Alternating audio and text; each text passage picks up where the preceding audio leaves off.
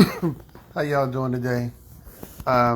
This is Randy Bixwell Thornton, former Denver Bronco, No Limit Soul viewer, um, University of Houston football player, many other things.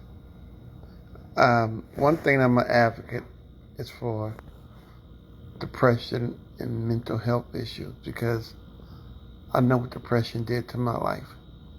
It cost me millions. When I was in college, I was starting my freshman year. Never had a bad game.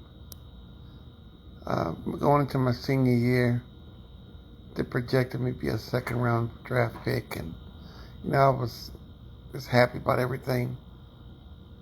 And then something happened. My life started changing. I started distancing myself from people. Started sitting in dark rooms, always by myself. Didn't want my girlfriend at the time to touch me. I was just very distant. And I remember for the first game of the season, I went to my coach and I told him, I said, "Coach, something's wrong with me mentally." I said, "I have these crazy thoughts in my head and I'm always depressed." And this was at the University of Houston. Instead of them helping me, they made it worse by benching me. Excuse me. I got no medical help, no medical attention, or anything. I fell so far into depression that that's all I would do is just lay in the bed all day. I wouldn't eat, I wouldn't drink. I started going to class and everything. And like I said, the University of Houston didn't do anything for me. Nothing. I received no help, no nothing. Until one day me and my roommate was talking. He said, "Man, look, you one of the best football players I've ever seen. You got to come back on the team." So I went back out and, they're pretty good. And I wound up signing as a free agent because things that were said about me. And I never forget when I was with Denver, Mike Nolan, who's now a famous coach in the NFL, his very first job was to teach me how to play linebacker. And one day we were on the field and he's just hammering me. And I got an attitude with him. And he said, "Randy, can I show you something?" I said, "Sure." He brought me to the war room where they have all the names of the players, that they was going to draft and players they looked at. He said, "You see your name?" I said, "Yes, sir." He said, "What it says behind it?" And I said, it read, "Great athlete, fast, loves to hit, very physical." And the last word it had was uncoachable. And he said, "You will know why you didn't get drafted? All because that one word." He said, "Your college coach told every NFL team that you was uncontrollable. You was a time bomb." And I just couldn't believe that, again, like I said, instead of helping me, they ruined my career. Well, they tried to. And let's fast forward till many years later. Like I said, I've always suffered from depression. But many years later, I was working with the FBI and the DEA doing the anti-drug and alcohol programs. And they sent me to Pittsburgh, Pennsylvania. And I'll never forget this day as long as I live. And I went to my room and I got there a day earlier. But back then they had, in hotels, they had VHS. And someone left the VHS tape in a machine. I thought it was some kind of porno or something. I ain't gonna lie to you. I was like, wow, somebody left this tape in there. We'll see what it is. So I pushed the tape in, and Hall of Fame football player Terry Bradshaw starts speaking. And he was talking about when he played for the Pittsburgh Steelers, how depressed he was, how he sat in dark rooms, how he distanced himself from his teammates. And the more Terry Bradshaw was talking, I sat up in my chair. I was like, he's talking about me. Everything that Terry Bradshaw was saying, he was describing my life. And it took me 20 years to find out about depression, what was wrong with me. And I was just like, wow, this is what wrong with me. And so when I got back to New Orleans, I got professional help. And I didn't know that I was suffering from major depression and mental health issues. All my life I've been a loner. I've always questioned, I know I was different. I liked to, when I was a young man, I used to like to read. I love reading about sharks, horses, and dogs. But when my friends found out that I loved to read, they stopped liking me and they wouldn't play with me because I wanted to read all the time. And it's just one of those things that I've always known I was different. Just like when I was with No Limit, with Master P. People used to always tell me, people who knew us personally, they're like, Randy, you just don't fit in this crowd. You don't fit with these guys. And I'm not saying I was better than them. And, hey, I'm a street. I'm street. I love to fight. I carry guns and all that. But there's just something about being there, I just didn't feel comfortable, I felt comfortable with the money. Yeah, they paid me pretty good. But as far as, hanging out all night and all that kind of stuff, that just wasn't me. And you'd be amazed of how many people I know, especially in the wrestling industry, who suffer from depression. I thank God that my wrestling career was short. Because so many guys have mental issues. They're fighting depression, they're fighting alcohol, they're fighting drugs. And I read about my old friends that's dead from overdose, heart attack, all kind of stuff. And people just don't know what goes on, behind closed doors in the wrestling industry. Just like the NFL. Everybody keeps talking about concussion, which is a major issue. But nobody's talking about all the football players who died from heart disease, who died from sleep apnea. More people die from heart disease and sleep apnea than concussions in the NFL.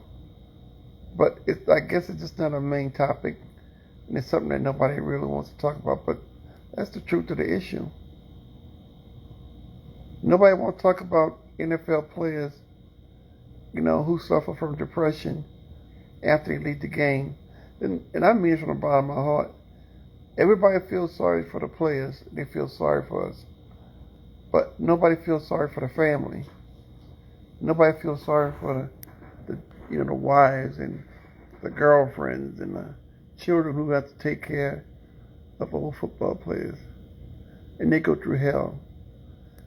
And I tell everybody all the time, do you sure you want to date an athlete? Are you sure? Because just like the glamorous things there, there's some things that are not so glamorous, especially when your career is over with. And I know a lot of people, a lot of guys, who marry trophy wives, and once they got sick or once they wasn't making money, they left them, and they got these high, price and, spousal report and child support and go bankrupt. It is so many issues, and we deal with people who steal our money, agents, and you're talking about a bunch of young kids who have never had money in their lives, and one day, they turn into millionaires, and these agents and these lawyers are just sharks, and they take all their money, and it makes them go into a depression. And I'm not. At one time, I was ashamed to tell people, but I lost my money in the Ponzi scheme. I trusted someone, old college mate, who was in the real estate, told me he was buying a bunch of real estate, and I checked everything out. I talked to his bank, I talked to his accountant, and everything seemed legit, but it was a Ponzi scheme. And I lost almost $500,000, in that. And that was money I saved from working with No Limit and working with being NFL. I saved my money. And it's just so many people just don't understand. When you on top of the world, you on top of the world. When you're on the bottom of the world, you're on the bottom of the world. But the only problem is when you're on the bottom, you're by yourself. And I told somebody the other day in an interview, this guy, we was talking, I told him, I'll do your interview, and I'll talk about what happened with WCW and No Limit Soldier. And I told him, this is my last interview I'll ever do on the subject matter. And I mean it. I will never ever do any more interviews to talk about the No Limit Soldiers with WCW, because it's over. And I hate the people only want to hear the bad things. Someone asked me, am I mad at P? I could never be mad at him, but am I disappointed? Yeah. I thought we were friends. And since I've had my heart attack, I had 2 heart attacks, nobody from No Limit has contacted me. Hey, this is how your family doing, how the dogs are doing. Hey man, and these are guys who call me their brother. The only person contacting me was V90 and Man, and that's it. And so do I hate the man? No, never hate him. I tell a story all the time about when I left the NFL. I was in financial trouble like hell with taxes, and how Percy paid my taxes off for me. And I'm talking about thousands of dollars, and I'm grateful for that. There ain't too many brothers going to help a friend out like that, and I'll always be, grateful for it. And I heard today that, Mac, the camouflage assassin, formerly of No Limit, got released from prison today. Have to be one of the nicest guys I've ever met. Can rap his ass off. Just a great kid. And he spent 20 years in prison for something that he didn't do. Someone has clicked at it, but he didn't do it. And this is firsthand knowledge that I know he didn't do it. But, it's just the way it is, and he was released today. And so I want to tell Mac, welcome home. And take it easy. Take your time, and it'll be okay.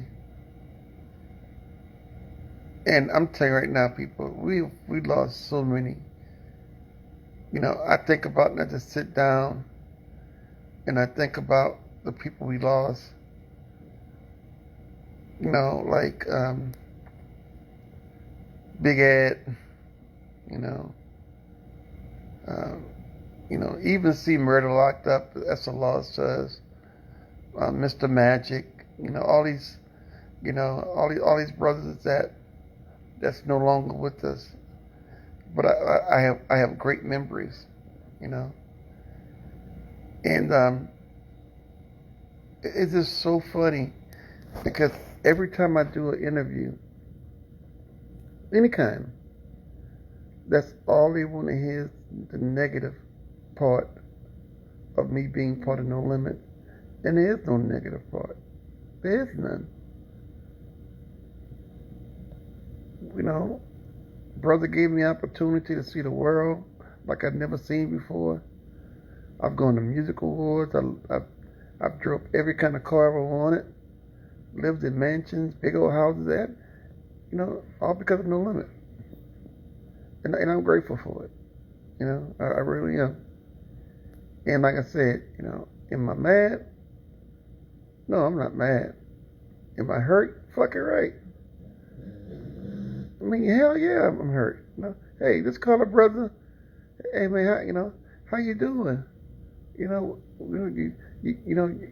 family needs some grits. They need some rice. I mean, they need milk. But again, that's the kind of person I am. So, hey, I look after people who look after me. So, no matter what, I can't tell you what's in another person's head. But it plays a mental part. I'm not ashamed to tell people about my mental condition and what goes on with me personally. What a lot of people don't know that I suffer from white Mathers disease, which is a brain disease. White Mathers is when you have damage to the deep, deep tissue of the brain, and it turns to white spots. And the white spots are the bruises. They bruise. It's damage. And when I took an x-ray 10 years ago, I found out I had 47 spots on my brain that are getting bigger and bigger and bigger every year. And there's no cure for it. Dementia will kick in, as I get older, memory loss and stuff like that. But, I'll do it all over again. I'll play football all over again, in a heartbeat. And I'd like to tell everybody, because I get personal emails and I get personal messages from people all over the world, wishing me the best. Because a lot of people don't know that, I am, I'm on the Louisiana heart transplant list, and I have a heart disease, and I need a new heart. And so I'm on the list, and I just want to tell everybody thank you. I get so many emails, and I get so many messages from people just praying for me. And what is so ironic is that anybody who knows me knows that I lived in the weight room all day. I was a workout fanatic, 5 days a week, 3 hours a day, eating healthy, drinking a lot of water, stretching, running, jogging. And I did all that to prevent myself, from getting sick. But as more you learn about it, the muscle's also a heart. And the muscle also grows too when you get bigger and stronger. And I will go to my grave believing that the reason I have heart issues because I was drinking Red Bull and take fat burners. I was in my 50s. I was in the best shape of my life. I had more muscles than I ever had in my life. And I was drinking 3 Red Bulls a day and taking 6 fat burners a day. And I would go to the gym and just go crazy. I was, at the age of 50, I was still benching 500. I was still leg pressing 800. I was doing stupid numbers at the age of 50. And I really believe that Red Bull energy drink, and stack of 2 fat burners caused my medical condition for my heart. And I never forget, one day I went to see my doctors. You guys remember when you're on the heart transplant list, they also give you medical attention for mental condition, because you go into a depression, and it does something to you when you're sitting around waiting for a phone call that you got your new heart and your new surgery. So it plays with you mentally. And I never forget, went to the doctor after I had my heart attack. They rushed me to the hospital. And I'm in the hospital in the ER, and this neck practitioner, told me, oh, it's anxiety. It's anxiety. That's all it is. We're going to send you back home. So they sent me back home, and an hour later, I'm back in the ER again. I had another heart attack. So it's morning time, and the guy comes in. He said, Mr. Thornton, has your heart been tested? I said, no. He said, let's run some tests. So they ran some tests on me, and they came back and said, we'll admit you into the hospital. Like, for what? They said, you had a heart attack. Heart failure. Like, wow, Really? I thought I just had heartburn. So no. He said, your heart is having a different formation. It's developing in a very strange way. And they put me in the hospital, and that's that. I spent 45 days in the hospital by myself. Didn't see anyone. I couldn't have no visitors or anything, because I went into the hospital the first day of COVID, and my family members were in the hospital with me. They left and went home to come back, and they found out that the whole hospital was locked down. And 45 days I stayed in the hospital by myself. This is one story I can remember of being in the hospital. There was a nurse, and this is like my 30th day in the hospital without seeing anybody. Now, I'll never forget, I fell into this major depression. And I'm not ashamed to tell anybody this story, but one day I just started crying.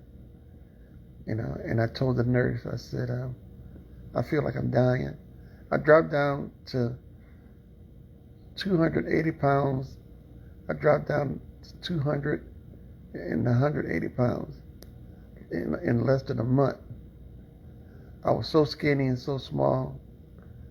And I remember telling the nurse, I said, I'm going to die. I could feel it. I'm dying. And I'll never forget this nurse. She looked at me, she said, Mr. Thornton, she said, I'll give you my word. I'm not going to let you die. I promise. And I looked, I said, you promise? She said, you got to get better. You got to want to get better. She said, but I will not let you die. And I thought that was pretty nice. Something I never told nobody before. Everybody thinks I'm this big tough guy, and I'm really not. I have a heart, and it's just what it is. It is what it is. And sitting here, waiting on a heart, waiting for that phone call, it's crazy, because you go through a lot of mental problems. Every time the phone rings, you jump up, your eyes are big, and then somebody says, hey, Randy, oh, this is Mom, or this somebody. I'm like, fuck, why y'all calling me? I'm waiting for a phone call, and it's just that's just the way I feel, So, but the key of this whole live interview is a lot of people suffer from depression and mental health issues, And the best thing you can do is get help. And I know a lot of people, will watch this and see things I post, and they will tell me something in private, like thank you, or thank you for putting that post. They like the big Swoll tips, but they won't comment or like what I'm talking about because they're ashamed. They're embarrassed because still today, it's just, in our community, talking about depression and mental health issues is taboo. People don't talk about it, but a lot of people have it. And I'm just here to say, hey, I have friends of mine who are multi-millionaires. I know a lot of famous people, athletes, movie stars that suffer from depression. It's something normal. It's nothing to be ashamed about. I think what's crazy is when we don't get help. I think that's crazy. But we need help. And I was just reading, an article that says depression and suicide has come to all-time high of 67% increase between the age of 10 and 18. 67% increase of depression and suicide from the age of 10 to 18. People, that's dangerous. It's crazy. That's a problem. It's a problem we should address. And as you can tell, my voice is getting straggly. And that's because of the heart condition. Like, the more I talk, the more it makes me, breathe hard. And it takes it takes a lot, You'd be amazed, but it takes a lot to, talk. So it's nothing wrong, with your microphone, anything. That's just my voice. The more I talk, I get tired. I just get real tired. And, I just wish people would just understand how important, depression is. It's just, depression, heart disease. I'm the last person to ever think I'll ever get sick. But it happens. It happens. And the young people just going through some major hard times right now with depression and suicide. And I just wish the parents would understand and get them help. Because we all need some help right now. And people, it's not wrong to be ashamed. And I just wish people just understand that depression and suicide, it's a major problem. And I hear people always talk about, oh, I never thought about it. That never happened to me. That's a fucking lie. That's bullshit. It's bullshit. Everyone, at some point in life, falls into depression. I don't care how pretty you are, how rich you are, or anything. People, depression is an illness. Depression is, I describe, depression can make the most beautiful person in the world feel ugly. Depression can make rich people feel poor. It can make successful people feel unsuccessful. I don't care what you read, what you see. There's nobody can tell you anything that can truly define sleep apnea. Not sleep apnea, I'm sorry. Depression and anxiety. There's no way in the world. Because we're all different people, we all have different issues. That's just the way life is. And again, I just want to tell people, get help. There's nothing wrong with getting help for depression. It could be you losing your job, failing a test, in a bad relationship, finance, failed business ventures.